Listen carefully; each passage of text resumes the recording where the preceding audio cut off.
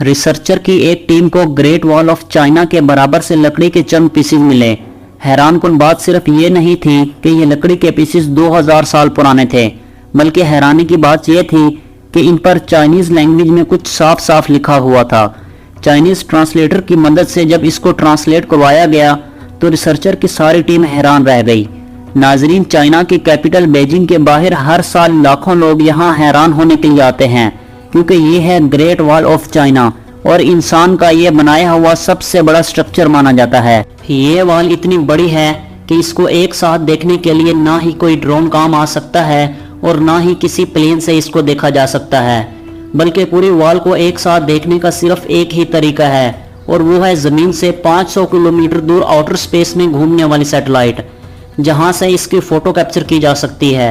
इस पूरी वॉल को पैदल पार करने वाले सिर्फ चंद खुश नसीब लोग मौजूद हैं। 3 दोस्तों ने 1984 में इस पूरी वॉल को पार किया और इनको इस पूरे मिशन में तकरीबन 17 महीने यानी 510 दिन लग गए थे। कहीं ये वॉल ऊंचे ऊंचे पहाड़ों की चोटियों से होकर गुजरती है, कहीं खौफनाक जंगलात से, तो कहीं आग बरसाने वाले रेगिस्तान में इसको तामीर किया गया है। डबल स्टोरी घर जितनी ऊंची 20 फीट तक चौड़ी और हजारों मील तक फैली हुई ये दीवार, जिसको सिर्फ पैदल चलकर पार करने में ही 510 दिन लग गए थे, इसको बनाने में कितनी मेहनत लगी होगी इसका अंदाज़ा लगाना हमारे लिए बहुत मुश्किल है। आखिर इतनी बड़ी दीवार की ज़रूरत क्या थी?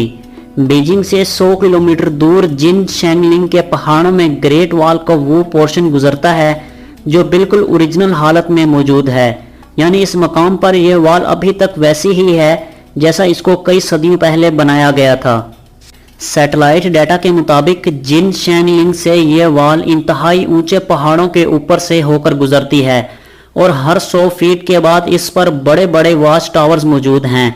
हर वॉच टावर को हवादार बनाने के लिए इसमें बड़ी बड़ी खिड़कियां रखी गई हैं और इनमें कम से कम 50 लोगों की रहने की जगह भी मौजूद है। एक्सपर्ट्स को इन वॉच टावर्स के दरमियान वॉल पर बड़े बड़े सुराख भी दिखे, लेकिन इन सुराख का आखिर मकसद क्या था? एक्सपर्ट्स का मानना है कि वॉल पर हमले की सूरत में इन सुराखों को इस्तेमाल किया जाता हो, यानी ये वॉल सिर्फ एक वॉल ही नहीं बल्कि ये पूरा मिलिट्री डिफेंस सिस्टम हुआ करता था। लेकिन आखिर ये दुश्मन कौन था जिससे मिंग आर्मी को इतना खतरा था?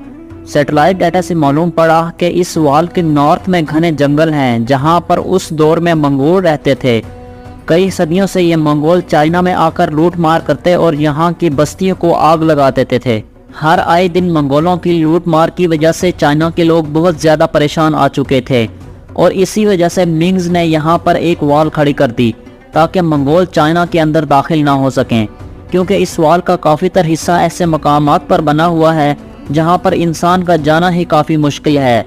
इसी वजह से एक्सपर्ट्स हैरान हैं कि जहां इंसान का पहुंचना ही इतना ख़तरनाक है, वहां तक इतने बड़े बड़े पत्थर कैसे पहुंचाए गए। ये जानने के लिए ज़रूरी था कि पूरी वॉल का ड्रोन की मदद से 3D मॉडल बनाया जाए। जब ड्रोन फुटेज का इस्तेमाल किया गया तो एक एक करके सारे राज सामने आ गए। ड्रोन फुटेज की मदद से बनाए गए 3D मॉडल में वॉल के बॉटम पर कुछ ऐसा देखा गया जिसने एक्सपर्ट्स को हैरान कर दिया था।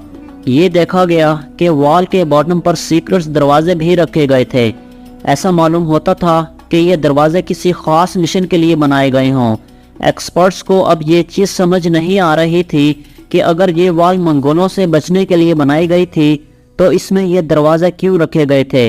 वॉल के इस पोर्शन में ऐसे 50 से भी ज़्यादा दरवाजे ढूंढे जा चुके थे और अगर ये इतना ही आला तरीन डिफेंस सिस्टम बनाया गया था तो आखिर इसका हेडक्वार्टर कहाँ पर मौजूद है।